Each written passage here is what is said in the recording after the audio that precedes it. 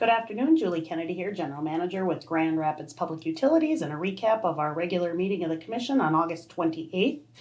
We had quite a long consent agenda item, a lot of procurement for various subscriptions and purchases that we're working on for our capital plan. And then rolling into an update from Steve Matson, our water and wastewater operator.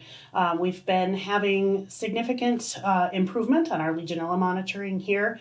The last several weeks, we've had no detection in our samples in the premise plumbing of our various buildings throughout the water distribution system.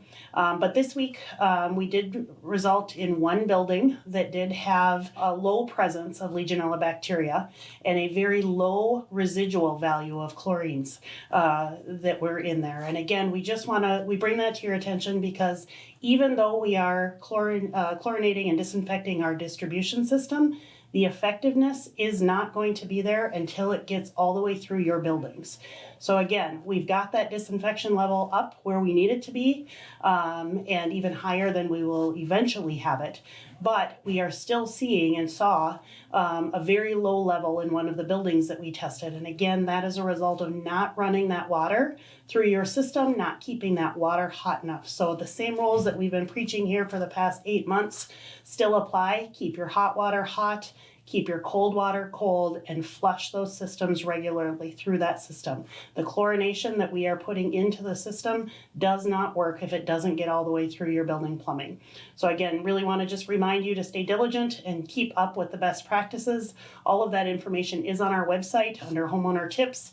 Please go there frequently if you have questions or give us a call. The next topic was Chad Troumbly, our electric department manager, who gave our department head report today and gave some information on customer solar installations. Again, we have our solar plus battery storage project here, but we've also seen an uptick in residential and small business commercial installations, whether that's rooftop or ground mounted. And so Chad recapped a little bit about the background of solar, what a typical application process would look like, and then how the billing would play out as far as the net metering on what a building consumes, what the solar produces, and what your bill would look like. Again, feel free to look to our agenda and the website for that information if you'd like to see those slides. That was pretty much a recap. We will have a regular meeting in 1 month on September 25th. Have a great month. Thanks.